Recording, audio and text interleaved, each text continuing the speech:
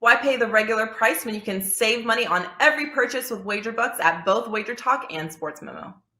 WagerBucks are now eligible for use on not just daily, 3-day, and 7-day passes, but all long-term and seasonal packages up to 1 full year.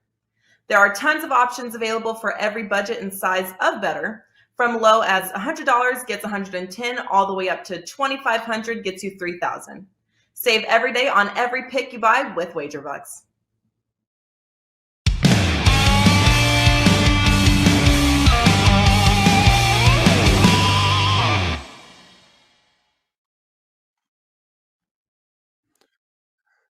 Thursday. It is Thursday, January the 20th. It is WagerTalk Today here on WagerTalk TV. We are live noon Eastern, 9 a.m. Pacific, every weekday, Monday through Friday. And then, of course, archived 24/7 for your viewing pleasure. And don't forget your listening pleasure as well on all podcasts here at WagerTalk.com.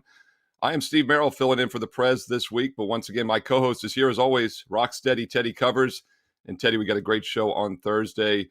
Dave Cokin's going to look at some NFL. We're going to look at that Bengals-Tennessee Titans NFL playoff matchup. I'll go just look at some college basketball from one of the best college basketball cappers out there, Dave Cokin. Going to look at SMU, Memphis, Purdue, Indiana.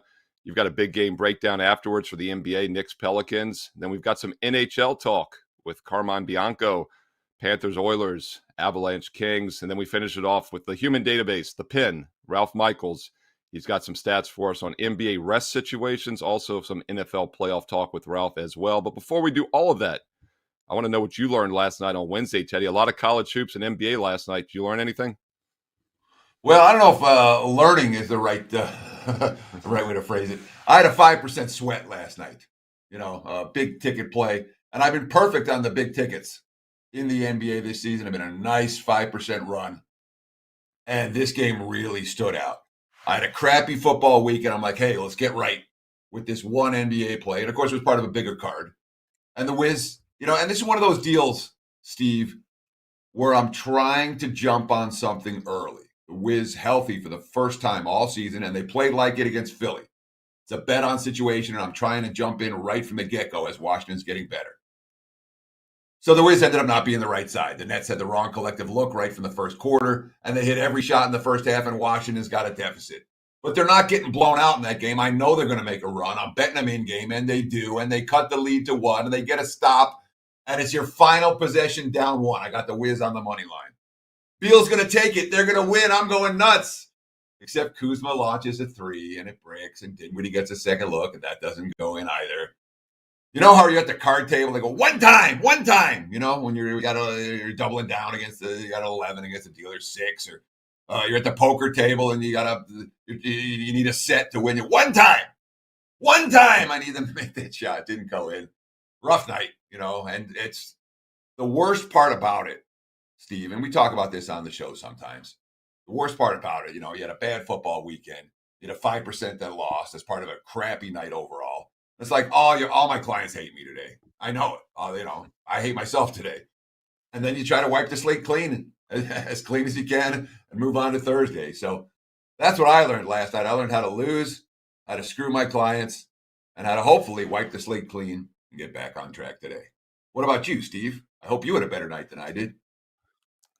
Split out 1-1. I actually missed my NBA play as well.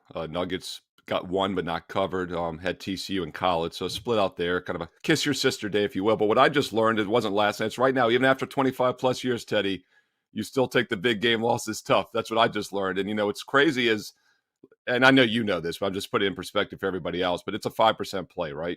All your other games are 3 and 4% plays, so you're talking about 1 unit higher, 20% more than an average play. So it's not like that was the whole season, that was the whole bankroll. But you and I both know people don't always manage their money correctly. And isn't it funny? We talked about that yesterday here on the opening segment about the importance of money management. And I chimed in with the importance of emotional discipline. And here again, that's why you have to take that long-term perspective. I know it's easier said than done. I know you do. I know you take these losses hard because people take them hard. It's not necessarily you taking it hard. But once again, it's a long-term marathon, not a sprint. And NBA was tough last night. You look at these games, Teddy. We had 13 games on the board. I think 3 of them landed right on the number within a half a point. And that Wizard game was one of them. It was a pick-em -1. They lost by 1. The game right after that, Orlando-Philly, was 11.5-12. They won by 13. I mean, so, we're reaching that point this season where these odds are getting a little bit sharper in the NBA, I would say. Yeah, it still sucked. All right, yeah, I'm a long-term pro. I take the right perspective, all that. Last night sucked. And the Wizards weren't the right side. And I stand by the handicap. I still think there are things to bet on with Washington. But what really sucks is that after the Wizards lost, then everything else just turned to crap. I mean, it went from bad to worse. You like to get some of it back with the lesser plays, and unfortunately that didn't happen last night. But the beauty of what we do, and I was in a bad mood last night, kicking the dog and yelling at the kid and all that kind of stuff. And I'm like, look, most losses I give myself 5 minutes. Sometimes takes 15 minutes. You give yourself go out and have a cigarette, you feel better. Didn't feel that way last night. I'm like, all right, sometimes it's but you wake up in the morning and it's a brand new day and you're 0-0. And that's the beauty of this business, is that every day you wake up and you're 0-0. And it's essentially, it's not a fresh slate because you're still dealing with bankroll issues from yesterday, but it's a clean slate. And I was talking about that with Isaac last night. I'm like, look, tomorrow morning I'm going to wake up and it's a new day. Today sucked. Hopefully tomorrow will be better. So hopefully today will be better. Yeah, one thing I'll say quickly in closing on that is a handicapper, one thing I do after every game is take that 5 minutes to analyze the play like you just said. Was it the right side, just a bad luck result, or was it, not handicapped correctly? And the reason that's important is because ideally what you like, obviously, you want to win, and this is another thing amateurs don't get, professionals get. Long term, you'd rather be right and lose occasionally than the other way around and just be lucky and getting wins, because if you had the right side there, if there was something that worked, that maybe it's just a bad fluky finish, you can use it again, right? You can use the Wiz for a couple more games, and you're going to get that money back a lot of times in the following game. So it's very important to take 5 minutes, analyze the result, find out if you're missing something, if you handicapped it wrong, if you jump ship, or if you stay on board, use them the next time. Is that something you do, Teddy? Honestly, you check all the games? Yeah, sure, but the immediately after the game is done is not when I do that. I'll sit down. That makes sense. That's when you sit down at the computer at the end of the night, and you're going through all the box scores, you're updating your power rating numbers and doing all the end of the night stuff. The immediate post game stuff when you're sitting there reeling, you're a lot of times you're not ready to rationally think about that game. The emotions got to come out, and they did last night. Yeah, and I'll tell you, we'll ask Dave Cokin, our first guest. Dave's a legend in the industry. He's been doing it even longer than we have, probably since the 80s. You and I, Teddy, since the 90s. And Dave, I mean, do you have a process? I know you watch a ton of games. You don't do the NBA. You don't enjoy the NBA, so you stay away from it. You do hockey. You do college basketball, college and pro football. Dave, I know you watch a lot of games that you have plays on, but do you take a little bit of a post-game assessment? How do you handle all of that afterwards? No, it's mostly in-game assessments. I can pretty much tell pretty early on in the game whether I got it right or not. Now, the result might not always be the same. I might get lucky in a game that I got wrong, or unlucky in a game I got right. But now, once I've done the work and made the bet, I'm done with the game. I'm moving on to the next day in the afternoon. I did my Thursday college basketball on Wednesday afternoon. Because if there's a game, I want to be set to get in there and bet the game early if I need to. And in the case of the best bet I've got tonight, college basketball, I got a point better by getting it out early to all my WagerTalk customers and betting it myself at a point better than it is now, and it might continue to go up. And right now, I'm just in a real good run right now. It's been real good lately, so. I don't want to talk any more about it because you know what happens there. Well, you're going to have to talk about the college in a little bit because we're going to look at two games. And then, of course, Dave is on at 1:45 Eastern today on the College Basketball Tip-Off Show with Ralph Michaels as well. So you'll definitely be getting some college basketball from Dave today. Before we do so, Dave, I want to quickly look at this first NFL playoff game on Saturday. Yeah. Teddy was shocked that they put the Bengals game in the 4:30 Eastern Saturday spot. I explained it to him afterwards. But we got Bengals-Titans, definitely probably the least of the four marquee matchups. But a competitive game, and it opened 3, quickly went to that key number of 3.5, or off the key number of 3 to 3.5. How are you looking at this one, Dave, on Saturday afternoon, Bengals-Titans? Well, first thing I'll say is if you like the Bengals, wait. And if you like the Titans, better get them now, because if it gets announced on Friday that Henry's playing, line's going to go up. And the odds makers that I've talked to have all indicated they are getting set to raise the number when that information comes out. So, in other words, if you like the Bengals, I think there's a good chance you're going to get 4. If you like the Texans, well, if you like the Texans, you're in trouble because they're not playing. If you like the Titans, probably better, look around for the best number you can get now. I like the Bengals, and I'll give you a couple of reasons why. Number one, I don't know how effective Henry's going to be. He hasn't played in a long time. So I think he'll be on a pitch count, so to speak. This isn't going to be one of those things where, I'm going to sneeze momentarily, where Henry gets out there and carries the ball 30 or 35 times. I don't think that's going to be happening. Excuse me. I knew it was coming. The other thing is, there's 2 other factors. One, the quarterback play. And this is going to be another sneeze coming. It's mornings and my allergies are doing their thing. Thank you. Hopefully, Bless you, Dave. Hopefully that'll be it for a while. Although I don't think so. Anyway, when we get into the playoffs, I like to go with the team with the better quarterback. I think in this case that's Burrow. Tannehill's serviceable, but if you were to grade the 8 quarterbacks still playing, he's 7th or 8th. Burrow's higher than that. The other thing that I looked at was how these teams have done against fellow playoff teams, particularly in the yardage department. Now, Cincinnati's minus for the year in yardage against playoff teams, but they're not as minus as Tennessee is. Titans, do I have the figure somewhere? I think it's minus 341 yards for the season against playoff teams. The Titans are a team that's taking care of business against the teams they're supposed to beat. They're not that good, though. I mean, I'm not saying they're bad, okay? They're one of the 8 best teams are still playing, and they're one of the 8. But I think the Bengals are actually the better team, and I'm looking to take Cincinnati on game day. So I don't want to spoil Ralph's presentation, but one of the things that he's going to come on later in the show and talk about is NFL playoff teams off a bye. And for a decade, from 2006, 2016, you bet on the teams off a bye and you lose money. Over the last 5 years, you bet on the teams off a bye and casted a 67% clip.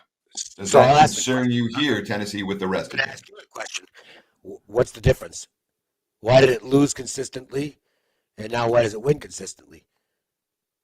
And if you balance it out, the nature of the league has changed. I don't think it is. I don't think it has. I think it's just one of those things that, like most trends, and this is why I'm not a trend guy, they're interesting. They're fun to look at, but I don't bet on trends. Something that works for 10 years might not work in the next 10 years. And if you go back on the bye weeks, I don't have the records because I just don't keep track of that stuff. But if you go back on the records for, say, 20 years, I bet it's 50-50. So I'll just move on and do the matchups like I always do. That's just my name. I know I get, and you like to ask me these questions. I don't give a shit about trends.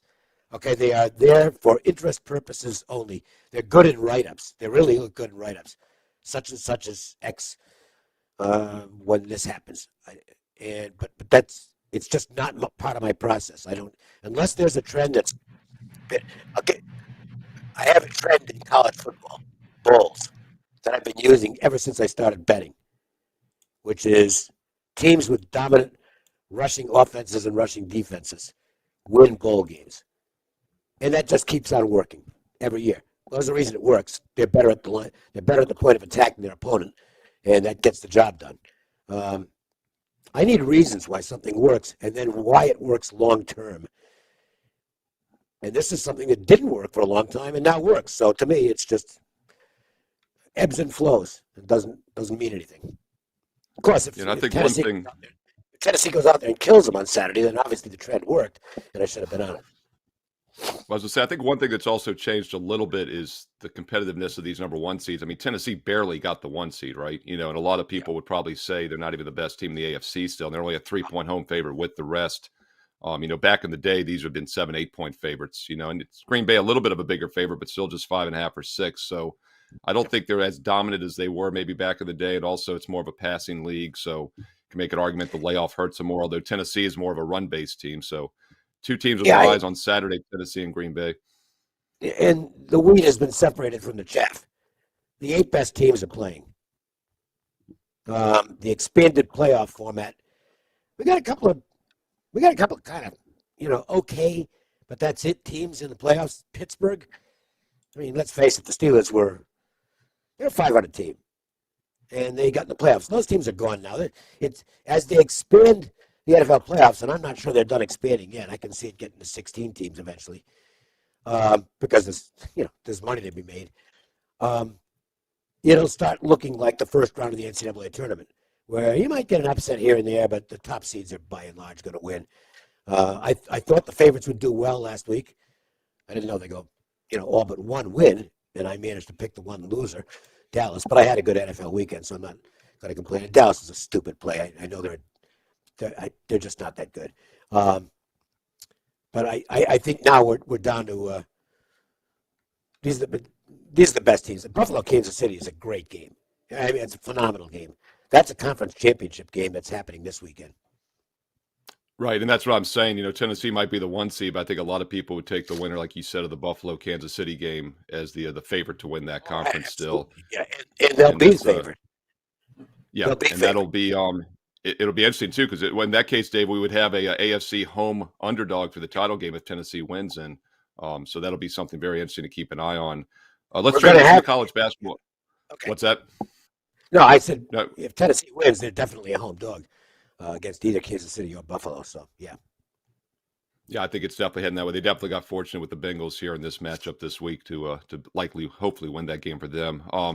College basketball tip-off, 1:45 Eastern. Dave's going to be digging in deeper into college hoops with Ralph Michaels, Joe Ranieri. On the way out here, let's look at a couple games, Dave. SMU Memphis. I mean, Memphis might be the best 9-7 team I've seen in ages. Very balanced on both ends of the court. They play fast. SMU, a good team as well here. How are you looking at this one tonight? Memphis about a 6-point home favorite over SMU. I agree with your sentiment on Memphis in terms of the talent of the roster, but they're not a very well-coached basketball team. And I think this is going to be an ongoing problem for them until Hardaway grows into the job or just is proven not to be good enough. We'll have to wait and see on that. And I don't trust Memphis in close games. And this looks like a close game. SMU's the better coached basketball team. Look, they had a bad game at Cincinnati where everything went wrong in the game. It was a misleading score and that they just had an awful day. And SMU is playing good basketball right now. I think they've got a pretty good chance to win this game. It's tight on the number for me. I think I made the number 4.5 or something like that. So it's right about where it's supposed to be. I didn't play it, but if this is close late, I think the Mustangs will find a way to win and the Tigers will find a way to lose. So I've only seen SMU as a dog, twice this year. And Neither one was pretty. They got blown out at Cincinnati and they got blown out at Oregon. Does that concern you for a team that really hasn't performed in this dog role? No, because I thought the Cincinnati game, looking at the shot quality numbers in the game, it was just a really bad game for them. I don't like them enough to play them. It's just I don't want Memphis. There's a reason this team's 9-7 with all that talent. They find ways to screw up games, and personally, I think it's on the sidelines. I just don't think he's ready for prime time yet. Hardaway he's a high school coach, a great player and everything, but great players don't necessarily make great coaches. And if you've seen Memphis basketball the last couple of years, there's been games where it's like, yeah, this coaching staff might not be real good here. Getting better, but I don't think it's a major league staff right now. Yeah, I mean, once again, this is a team that's 9-7 straight up, but is top 50, top 60 on both offense and defensive efficiency, right? So you just feel like something's wrong when you're 9-7, and I think, coaching makes a lot of sense, Dave. I think you're spot on about that. When you have that kind of balance on offense and defense, you're only 9-7. Something's going on there. Indiana, Purdue, Big Ten matchup. Indiana, very good defensive team this year, but Purdue maybe the most efficient offense in the country right now. So great offense against a pretty good defense in Purdue, Indiana. How you looking at this one? Currently, I'm seeing the line about 3.5 in this one. Purdue's looking like an underrated team. Can Indiana get them tonight? Well, I don't think Purdue's underrated. Not by not by people who follow college basketball closely. They're really good. I made the number a little bit higher. I made Purdue 4.5. In the matchup, it didn't make my card, but it came pretty close. Because there is a matchup issue for Indiana here. Both teams are real heavy post-up offense. That's what they want to do. They want to post up on a regular basis offensively. Purdue defends post-up offenses extremely well. Indiana doesn't. It's the weakest link for Indiana is their post-up defense. It's just not good. And Matt Painter's looking at that as, okay, this is how we're going to attack them. This is what we like to do anyway. And we should be able to have success doing it. So I think that's what you're going to see, a steady diet of tonight, is both teams looking to exploit the other one with post-up opportunities. But I think Purdue's going to be better at it than Indiana because Indiana just doesn't defend it well. So my vote has to go to the Boilermakers here. Now, the Hoosiers have been perfect in Bloomington so far this season, and they're 3.5-point home dogs. Is this line telling us all we need to know? Well, yes and no. I mean, I think it's power rated about there. So, pretty easy game to set a number on. And Indiana's going to be really fired up. And overall, they're a good defensive basketball team. But again, for me, it was getting into the nuts and bolts of the matchup and finding a weakness versus a strength. And I'm just looking at the numbers. And Indiana's post-up defense it isn't good. Okay, it's below average. And I think that against this specific team that is so heavy in terms of post-up offense, I think that's going to create a problem for them. So I'm not comfortable laying the points. I think Indiana's going to be really fired up for the game. Purdue still has some inconsistencies at times where they get a little bit loose on the floor. But I think if the game plays out the way it should based on the matchups, I think Purdue wins. Yeah, Purdue is a very good offense, as I mentioned. In fact, they're shooting 40% for the season now from three-point range. After 17 games, they're hitting 40% still from three. They take 24 a game, which is pretty remarkable this late in the season. And Indiana gives up 29 from three. I don't think they should take that many threes here. If they do, I think they're giving Indiana a real good chance to pull the upset. Because, again, the numbers are clear on what you should be doing against Indiana offensively, and it is going post up. And with all that beef and size that Purdue's got, if they start launching threes, if they toss up 25 or 30 threes in this game, they're doing Indiana a favor. Yeah, once again, this is one of the bigger games tonight, and it will be on a college basketball tip-off. So you're getting another look at this along with USC, Colorado, Washington State, Oregon. Dave's going to be talking those games with Ralph Michaels and Tony Mejia at 1:45 Eastern today on Thursday right here on Wager Talk TV. And if you miss it live, of course, you can always find it archived 24/7 right here on this channel. Dave, on the way out, what you got going at WagerTalk.com? I know you got an extra college basketball play up there for free, also a best bet for night. What else you got going for the weekend? 2 free plays. One of them is on the added board, and the other one's for the regular board. A best bet in college basketball. 2 hockey plays, but neither one's being sold individually, so you have to be an all-access subscriber to get those. I haven't put up any NFL yet, but will over the next day or two, obviously. And it's going real well right now, so just looking to keep it heading in the right direction. It's Dave Cokin. WagerTalk.com every Thursday right here on Wager Talk TV. And once again, he'll be on the college basketball show in about an hour later this afternoon on this same channel. 20 seconds, Teddy, and you get ready. We got some NBA talk coming around the corner. Big game breakdown, Pelicans, Knicks, 20 seconds from Teddy Covers. We know this business is loaded with competitors and copycats, and we are very proud and extremely excited to be one of, if not the premier sports betting information provider in North America. From a massive library of free picks and handicapping videos, daily shows, podcasts, and articles, our free live odds service, a team of the nation's finest sports handicappers supported with top-rated customer service, we pride ourselves on being the leaders in our industry, always looking to evolve and stay multiple steps ahead of our competitors. With that being said, we truly do want to let you know we appreciate your patronage. Moving forward, 7-day all-access packages will be reduced from $119 to just $99, and our 30-day all-access packages are also being slashed moving forward, going from $349 to under $10 a day at only $299. Our new pricing is already active and available just by going to your favorite handicappers homepage right now.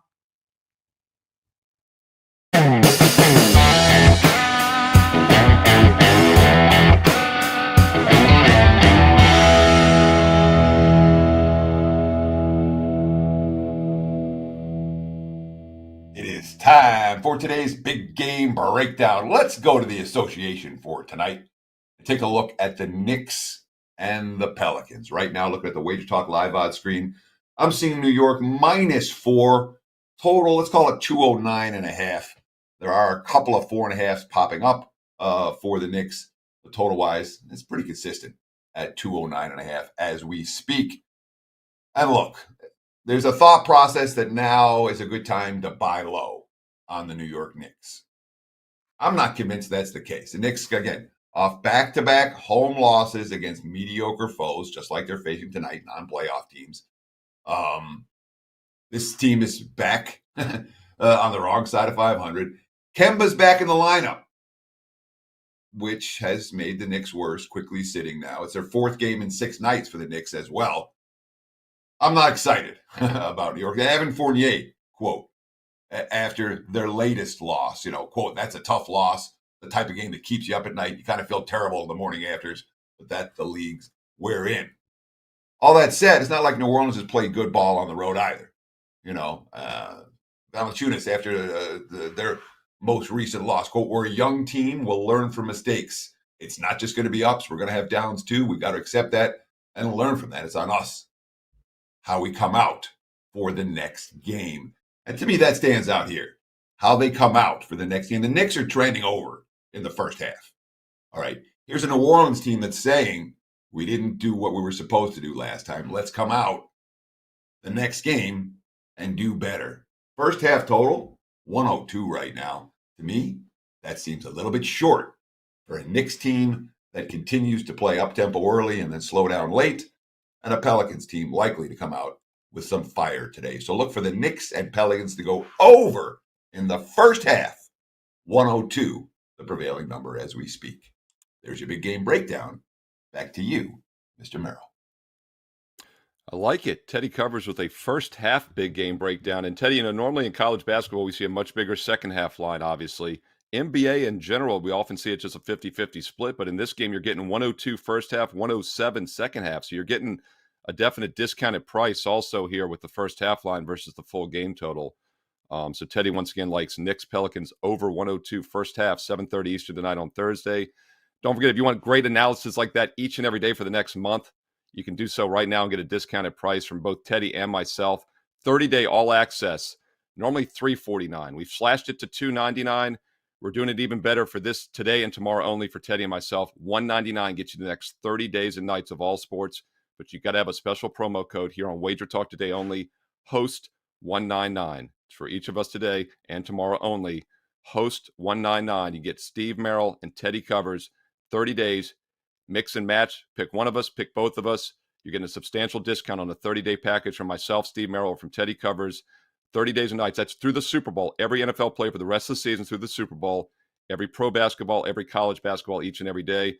Don't forget, I'm number one in college hoops the last 2 years. I'm 5-0 in the NFL playoffs. It's a great time to get on board. Teddy has won consistently for 25 years as well. Every play, every opinion, every sport for the next 30 days for just $199. HOST199 for Steve Merrill. Teddy Covers only with this promo code and only today and tomorrow, so you better act fast. One sport that you will not be getting with HOST199, though, is NHL hockey.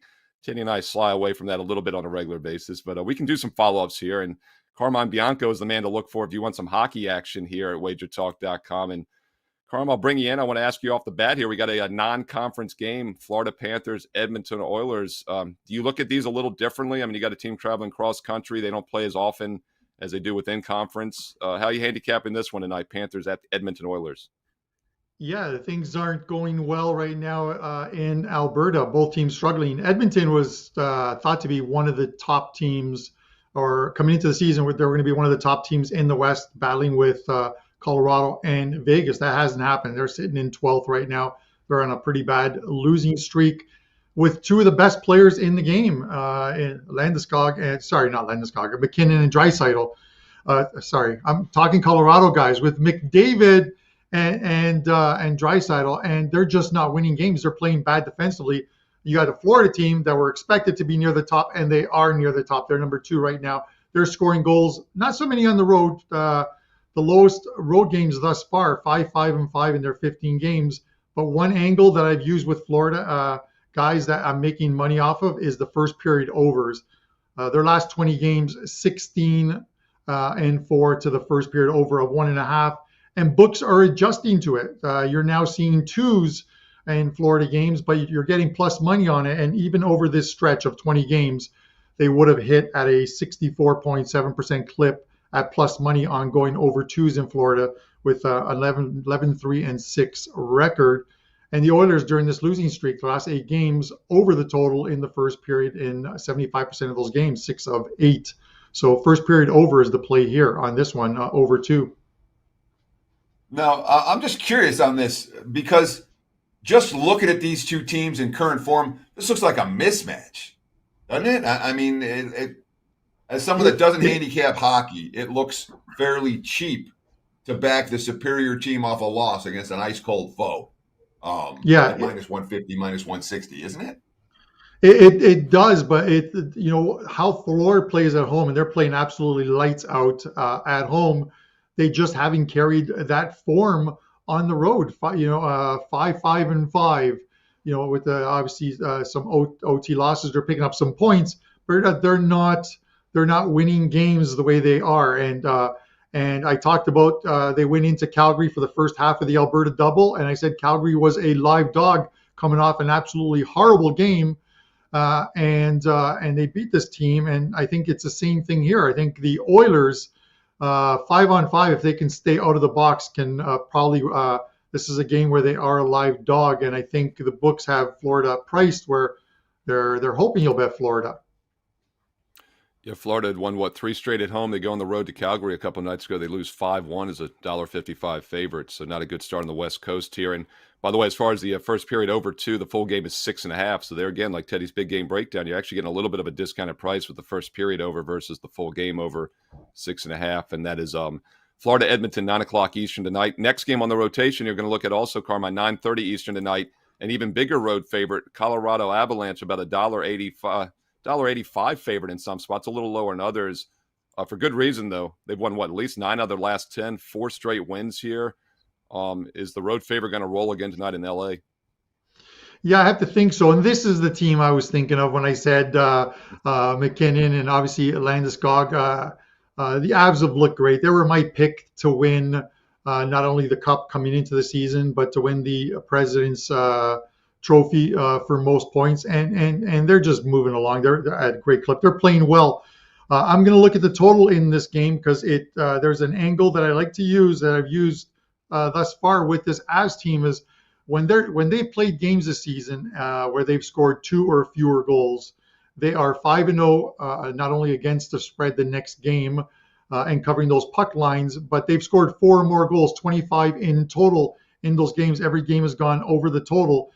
They played last night against a defensively sound Anaheim team all of a sudden last night, and it was a 2-0 final for this Avs team. But now they play Kings team who are starting to play like they did at the beginning of the season, which is a wide open game. It hasn't gone well for them the last 2 games, losing 6-2 to the Sharks and then 6-4 to Tampa Bay. But I think this is another open one. There are 6s out there, and over the total I think is the play here. So a couple overs from Carmine Bianco, NHL expert at WagerTalk.com. He likes the first period over in that Florida Edmonton game, and now the full game over Colorado LA, and that's 6 to the over, a little bit lower than the first game. Carm, what else do you got going on here at WagerTalk.com? I know you've just been crushing NHL here, number 2 ranked over the past 30 days. You've also got a free play up that you mentioned here on the show. If people want to see the detailed analysis, that's on your page right now, free NHL play. What else you got going for tonight and this weekend at WagerTalk.com? Yeah, there wasn't much. I did have a 5% play loaded for the NHL tonight. I took it down because it fell outside of my parameters, and I don't want anyone playing a number that I wouldn't play myself. And a couple other NHL plays are also loaded and just in the midst of getting up a 5% soccer play for later this week and NFL plays. Yeah, once again, his NHL I mentioned was good. 25 and 14, good, Teddy. 64%, a 36% bankroll gain in NHL. So we talked about host 199 gets Teddy and myself for 30 days, basketball and football. Don't forget about hockey also. Carmine's as good as they come at WagerTalk.com. And he just joined us with a couple nice insights in the NHL. Another guy I don't think it covers too much hockey, though. I know he covers basketball and football like we do, is Ralph Michaels. The database gets confused when you start typing in NHL team names, so we got to keep it to basketball and football, and that is the human database. The pin, Ralph Michaels, WagerTalk.com. Ralph, welcome to the show. You and Dave are going to be on Thursday college basketball tip-off in about an hour. I normally join you on Thursdays. We switched it up. I'll be on tomorrow Friday, so you get Tony Mejia today, but it's good to see you. Let's start the NFL playoffs. We got a lot to cover here, so we'll dive right in. Your thoughts, I guess, if you want to recap last week, but Dave, Cokin, and Teddy had a little discussion earlier about bye weeks, so I'd love to get your thoughts on that. It's something when we all started in the 90s was kind of money. I don't want to say money in the bank, but it basically was for a while there where those rested teams just crushed. Your take on that, Ralph? I'll throw the mic to you. I mean, your takeaway, has anything changed? Do you think it's different than it was in the 90s, 2000s? Have the odds makers caught on, or has something fundamentally changed with the NFL? Well, Steve, I'm going to tell you you're absolutely correct about the 90s, but let me tell you the 2000s are a completely different story. I'm going to go right to a chart, guys, and just show you the numbers of what people have talked about. Look how the bye weeks from 2006 to 2016, teams with an NFL bye in the playoffs, 37% against the spread. One of those hearsay things in the 19s and the early 2000s. We hit 2006 and it completely changed. And even if you bet them on a 6-point teaser, you were only 22 and 12. But in the last couple years, and let's remember this, last year it changed. We're down to one bye team. So for all those years, we had the number 1 seed and the number 2 seed as a bye.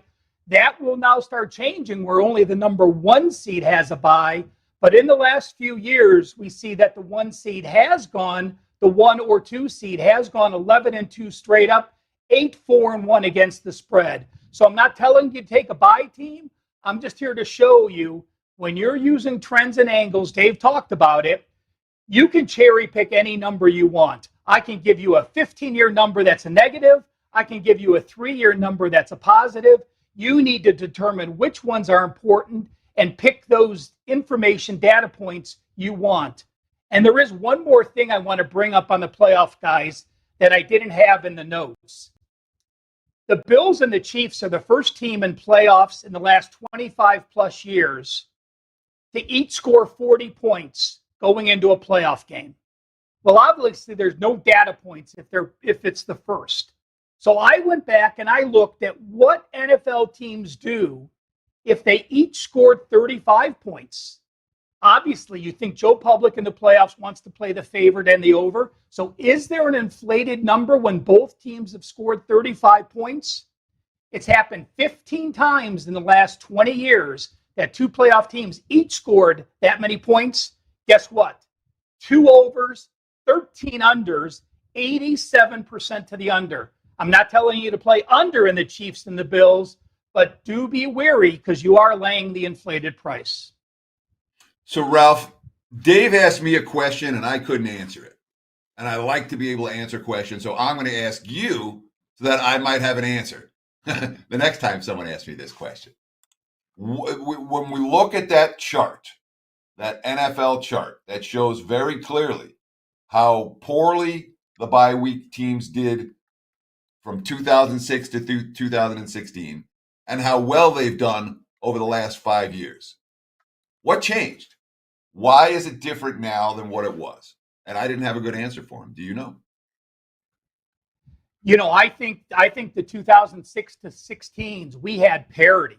We didn't have these 5 miserable teams at the bottom where these top guys were top feeders. So, I don't know if that's the answer. The extra point move back in 2015, does that have anything to do with the playoffs? I don't think so. So I don't have an answer with the exception of this. We've seen the NFL change. We've seen the McVays come in. We see people going for fourth downs. We see people not playing preseason football. We see people now resting people in those final weeks. They don't care if they have the bye or not. They feel they want to be rested. So, perhaps it's the new coaching attitude that there's more focus on what happens in those bye weeks with those top seeds. But again, Teddy, we're only talking a few years. And as we said, last year there was only 2 teams with byes. So there's going to be a whole new data set here. If you go back and look, if you were the 1 seed or if you look at the 2 seed, I don't have the ability to split those out in the database. So the short answer is, after I babbled that long, I don't have an answer.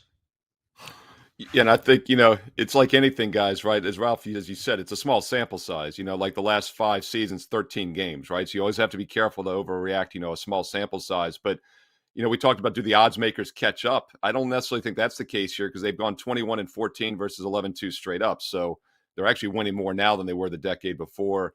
But I do think there's more parity, Ralph, as you said. And I do think the lines are tighter. As we just said, Tennessee, the number 1 rested team, is going to probably be a home dog to either team that they play next week if they win. So, Teddy, I think that, this isn't exactly – I think we do have more parity over the last decade or so.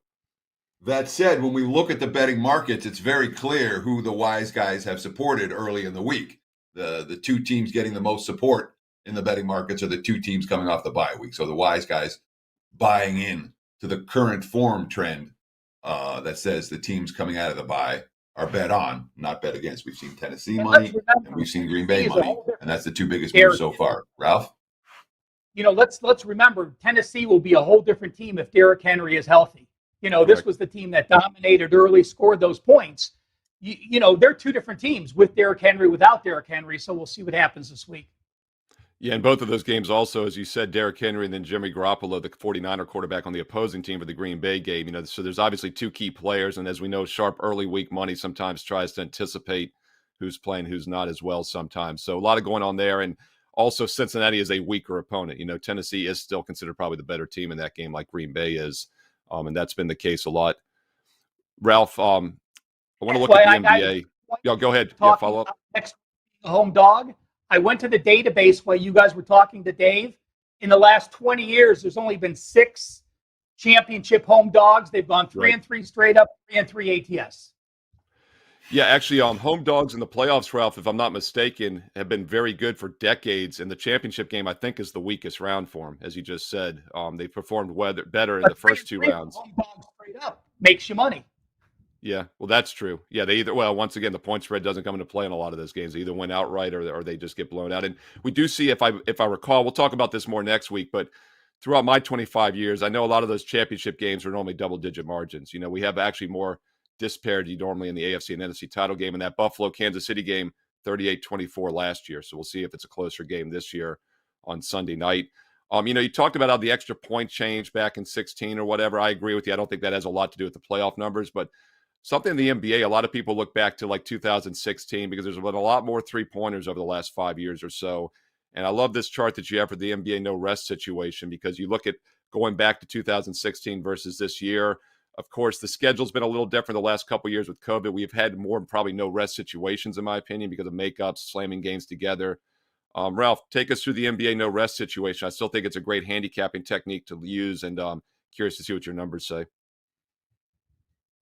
Teddy, you and I talked about this on this show earlier this year, and how no rest, and last year we talked about it, how no rest is one of those things that's a fallacy. People think, no rest is a negative.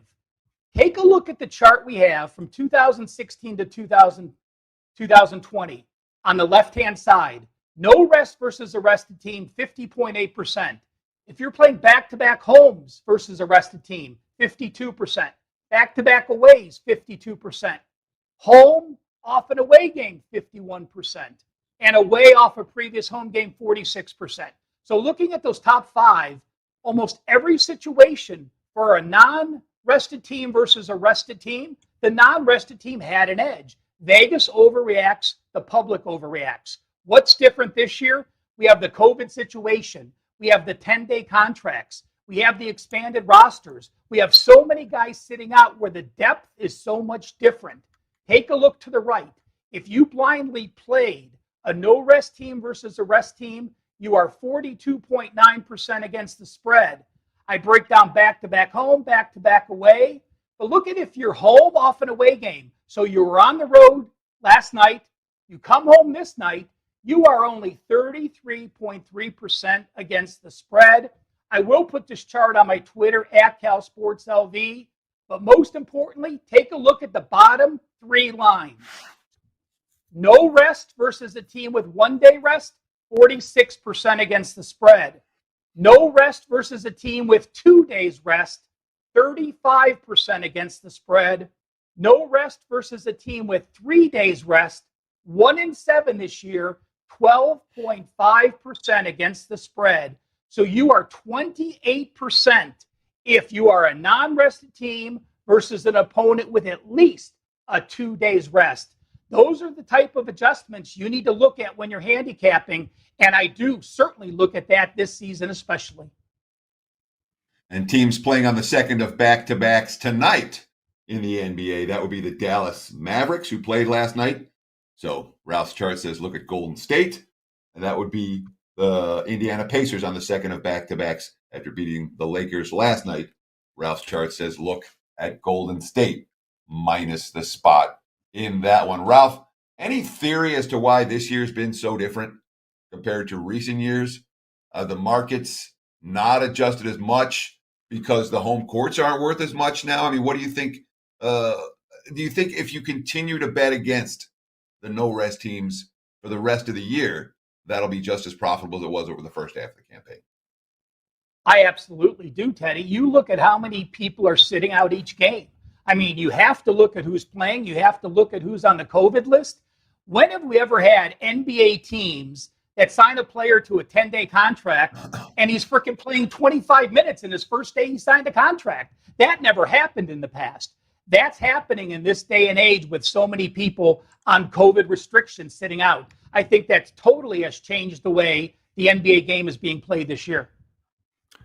And Ralph, just a quick question on the data in general. I mean, as you mentioned, all these player situations, the NBA lines can move 3, 4, 5 points. I assume, are you using the closing line for all these numbers, which is probably the most accurate line because it takes into account who really is playing or really isn't playing in these games? You know what, Steve? The database is this. There's a person in charge of the database who uses the line that most people can bet the game at. So if it opens and moves 3 points immediately and then moves 2 more points the last half hour, it's that middle line. If it opened at a number and it stayed at a number for the next 6 hours, they use that number. So it's not an open, it's not a close, but it is a judgment call for what they think is the most bettable line that most people received. Yeah, and that's always something that's tricky with the research, as you know, because, you know, you can use the closing line, which is the most accurate line. But like you said, if it's only available for 5 minutes, it's not realistic as far as the real world betting these. So I'd love to hear that. Another reason is the human database, the PIN, Ralph Michaels. And Ralph, I know we're about to head out here. You'll be on college basketball. Anything you want to mention on the way out for college hoops, what you got going at WagerTalk.com? You'll definitely be digging into some college hoops games in 1 hour here with Dave Cokin, Tony Mejia, and Joe Ranieri on College Tip-Off. I've hit 5 straight basketball 5% totals. I have a 5% totals tonight. And I do like USC laying the short points. They were on a long COVID layoff. Yes, they lost 2 out of their last 3 games, but they had to play 3 games in 5 days. Colorado has yet to beat a team inside the top 50. And yes, they look good against Arizona State. But remember, Arizona State was off a COVID layoff, playing only their 2nd game in 27 days. I like the situation with the Trojans. It is one of my client all-access plays for tonight. That's a USC -2 at Colorado from Ralph Michaels. That goes a little early, actually, for a West Coast game because it's 7:30 Eastern tonight on Thursday. And Ralph, great seeing you as always. Enjoy the college basketball show today. He'll be on with Dave, Tony Mejia, and Joe Ranieri in 1 hour here on Wager Talk TV. College basketball tip-off every day, 1:45 Eastern. Of course, NBA tip-off on later today as well, 4:15 Eastern. Every weekday, Monday through Friday. And, of course, Teddy will be back tomorrow because it's Friday at noon Eastern, 9 a.m. Pacific here. Thanks to Dave Cokin. Thanks to Carmine Bianco. Thanks to Ralph Michaels. And don't forget, once again, you got 1 day left after today to take advantage of a $100 discount on 30 Days All Sports from Teddy Covers and myself, Steve Merrill. Normally it's $349. We took it down to $299 on the site for everyone. You get it even better for us, $199. But you got to have promo code HOST 199, HOST 199, host 199. Get you 30 days of football and basketball. Steve Merrill, Teddy Covers, WagerTalk.com. Teddy, we'll be back tomorrow. Take us home. Sure, that's going to wrap it for the Thursday edition. Like Steve said, we'll do it again tomorrow. Same time, same channel. 9 a.m. here on the left coast, noon for you back east. Between now and then, enjoy the games tonight. Hopefully more than I did last night. And good luck.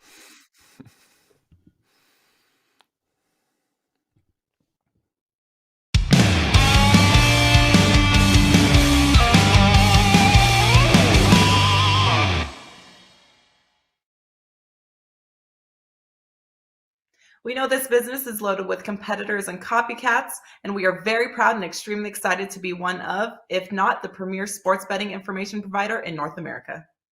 From a massive library of free picks and handicapping videos, daily shows, podcasts, and articles, our free live odds service, a team of the nation's finest sports handicappers supported with top-rated customer service, we pride ourselves on being the leaders in our industry, always looking to evolve and stay multiple steps ahead of our competitors. With that being said, we truly do want to let you know we appreciate your patronage. Moving forward, 7-day all-access packages will be reduced from $119 to just $99, and our 30-day all-access packages are also being slashed moving forward, going from $349 to under $10 a day at only $299. Our new pricing is already active and available just by going to your favorite handicapper's homepage right now.